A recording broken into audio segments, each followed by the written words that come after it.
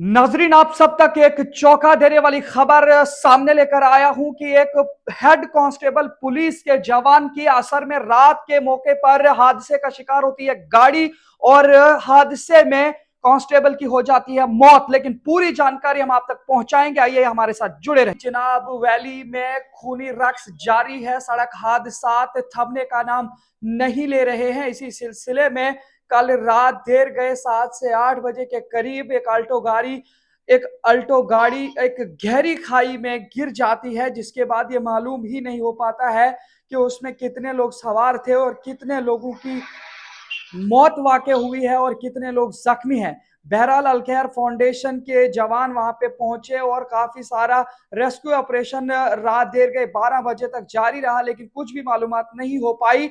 आज सुबह के करीब एक डेड बॉडी मिली है। वहां से हमारे साथ सीधा ग्राउंड जीरो से जुड़े हफीज हकीम पूरी जानकारी उनसे लेकर आप तक पहुंचाने की कोशिश करेंगे।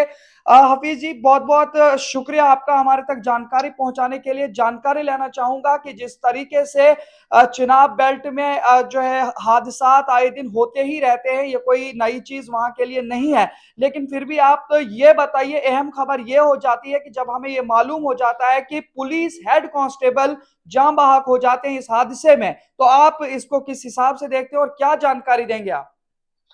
देखिए अदरीस, ये वाक़ा रात 8:30-9 बजे के करीब हुआ। ये गाड़ी एक पुलिस कांस्टेबल जम्मू से डोडा की तरफ जा रहा था। ये जम्मू में तैनात था जी। पुलिस में।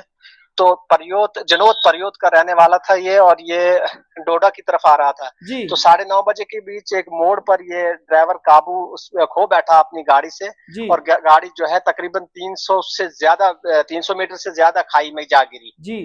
तो इसकी इंफॉर्मेशन मिलते ही असर से पुलिस की टीम और अलखैर जो ऑर्गेनाइजेशन है असर की, वो तुरंत मौके पर पहुंच गई।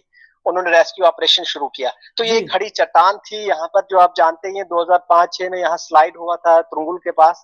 तो उसी स्लाइड के बिल्कुल साथ में ये गाड़ी गिरी थी, और ये तकरीबन नीचे एक तुरंगुल रोड या बाईपास रोड, जिसको हम डोडा कहेंगे, जी। जिल के थ्रू जो डोडा की तरफ आता है, उस रोड को भी क्रॉस कर गई और गाड़ी नीचे खाई में गिर गई। तो उसी दौरान वहां पर 12 बजे तक रेस्क्यू ऑपरेशन लगा रहा, और उसको ढूंढने के लिए कि आखिर, हालांकि वहां पर साथ में खून शून तो देखा गया था, ब्लड वगैरह, तो अभी तक रात को अंधेरा और वो खड़ी चट्टान जहां पर पत्थर गिरने का भी खतरा था, लगातार पत्थर भी गिर रहे थे, तो वहां पर काफी मुश्किलात आई अलखैर को रेस्क्यू ऑपरेशन करने को। जी। तो आखिरकार 12 बजे उनको ये वो स्पॉट तक पहुंच गए जहां पर ये डेड बॉडी थी एक खाई में। ये जी। गाड़ी से पहले ही एक खाई में गिरी थी, और गाड़ी उसके बाद लगभग 100 मीटर और नीचे चली गई थी। जी। तो वहां पर जब इसको निकालने की कोशिश की, तो अलखैर के भी 6 लड़के, जो 6 जवान थे, वो वहां फंस गए, और वो उनको निकालने के लिए भी लाले पड़ गए। जी। तो मिलाकर उनको 2 घंटे तक फिर दोबारा रेस्क्यू ऑपरेशन करना पड़ा। जो रिजर्व टीम थी अलखैर की, उन्होंने उनको सही सलामत वहां से निकाल लिया, और वो डेड बॉडी वहीं रह गई। तो जी। हालांकि एसडीआरएफ की टीम भी वहां पहुंची थी रात को, लेकिन वो भी कुछ न कर पाई। हम्म। तो इस दौरान हालांकि लाइट की कमी और जो इक्विपमेंट है अलखैर के पास उतने थे नहीं। जी। तो जी। इसलिए उन्होंने अपनी जान खतरे में डालकर उस बॉडी को निकालने की कोशिश की, और जिसके नतीजे में वो भी फंस गए थे। अच्छा। तो फिर ऑपरेशन को कॉल ऑफ किया गया रात के 2 बजे के करीब, जब उन जवानों को वहां से रेस्क्यू किया गया। तो सुबह 5:30 बजे फिर ज्वाइंट ऑपरेशन शुरू हुआ एसडीआरएफ और अलखैर की तरफ से। तो 1 घंटे की मेहनत या के बाद आखिरकार उस डेड बॉडी को वहां से रिकवर कर लिया। तो उसकी पहचान भी हो गई है। ये रामराज है, परनोत के रहने वाले थे ये। तो ये घर आ रहे थे जम्मू से, जम्मू परयोत में तैनात थे। परयोत।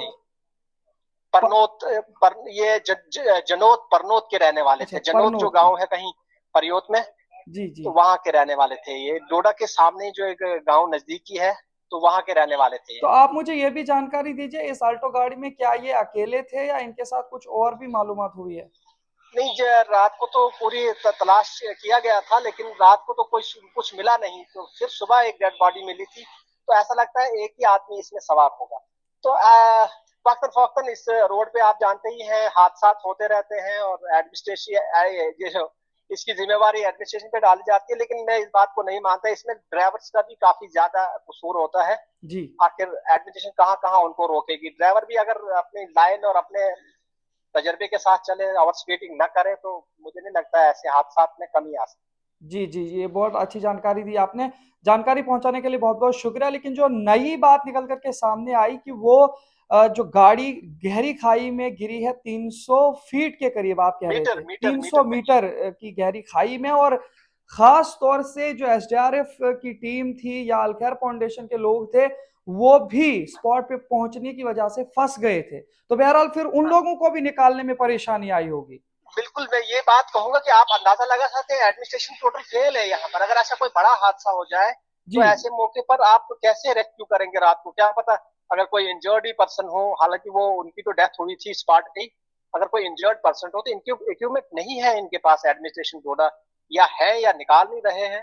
तो ऐसी बड़ी अफसोसनाक खबर है ये कि एक बॉडी वहां पर पूरी रात रहती है और उसको निकालने के लिए इतना बड़ा डिस्ट्रिक्ट है, और आप खुद ही अंदाजा लगाइए कि एक बॉडी को रिकवर करने में जी।